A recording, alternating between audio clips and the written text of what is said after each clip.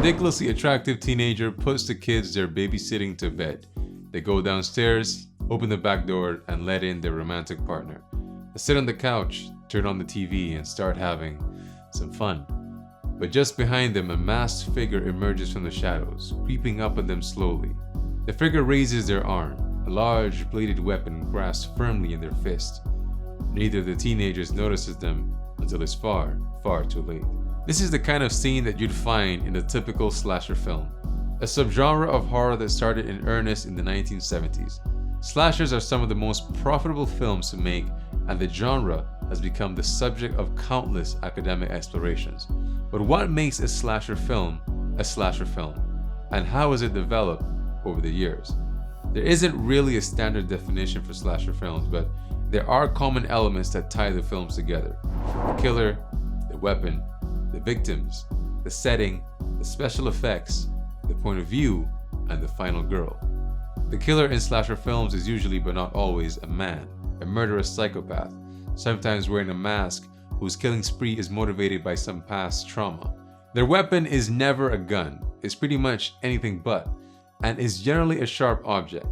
They're called slashers after all, not shooters.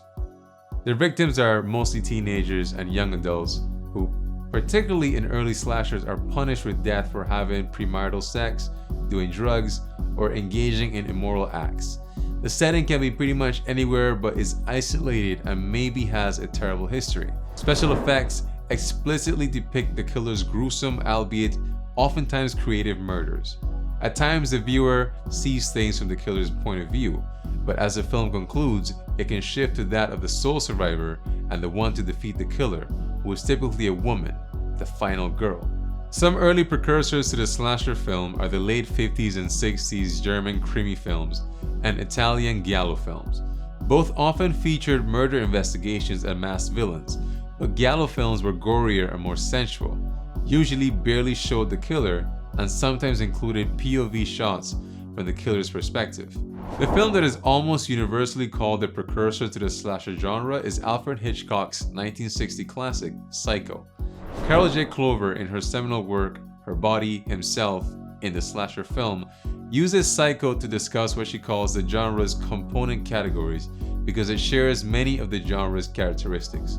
A psychopathic killer with mommy issues, Norman Bates uses a knife to kill his victim, the unmarried and sexually active Marion Crane, who stole $40,000 from her boss and stops at the declining and vacant base motel on her way to deliver the money to her boyfriend. The 1960 film Peeping Tom by Michael Powell is also cited as an influence of the genre. In the film, the psychotic serial killer Mark Lewis, a man scarred by past trauma, murders his victims, who are exclusively women, with his camera, which he also uses to film their expressions as they die, so the viewer sees the murders from his point of view. In his book Anatomy of the Slasher Film, a Theoretical Analysis, screenwriter and postdoctoral researchers Sotritis Pedritis identified 3 cycles of the slasher genre: the classical, the self-referential, and the neo-slasher. Many film scholars place the start of the slasher genre in 1978 with the release of John Carpenter's Halloween. Pedritis states that this is due to the fact that this particular text was the first to combine all the conventions that later became known as the subgenre's formula. He, however, places the start of the slasher genre and its first cycle, the classical cycle, in 1974, the year that Toby Hopper's The Texas Chainsaw Massacre and Bob Clark's Black Christmas were released. It was from Texas Chainsaw Massacre that we got the traditional cast of young people, the final girl, and the silent masked killer.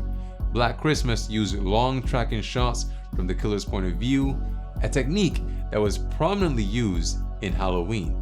With the success of these films, the genre flourished.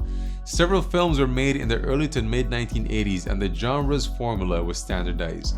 It was during the 80s that the iconic slasher franchises like Friday the 13th and Nightmare on Elm Street were born.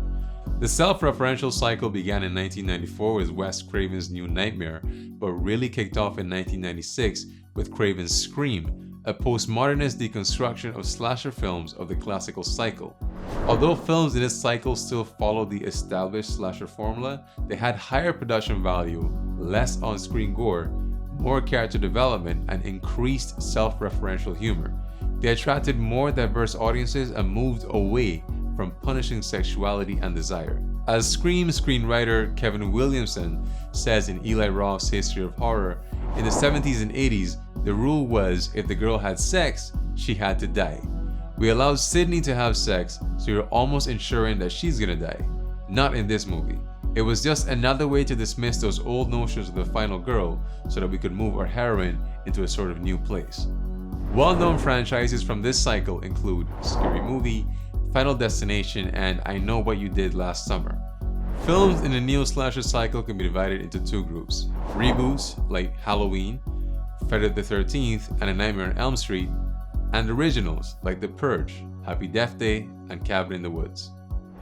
In a historical approach to the slasher film, Pedretti states that films in this cycle started to look in depth at how evil was created, and the killers now had more realistic motivations and a three-dimensional psychological structure. He goes on to explain that these films completely did away with rules connected to sexuality and the final girl. More than one character can survive. They can be a man or a woman, and the character who looks like the typical final girl can actually be the killer, like in Scream 4 and All the Boys Love Mandy Lane. Horror is always changing, and the slasher subgenre is no different. It continues to evolve and find new stories to tell. There is much that is tied to the genre of blood-curdling screams and elusive mass killers.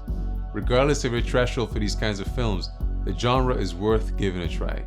And for those seasoned slasher vets out there, tell us, what's your favorite slasher film?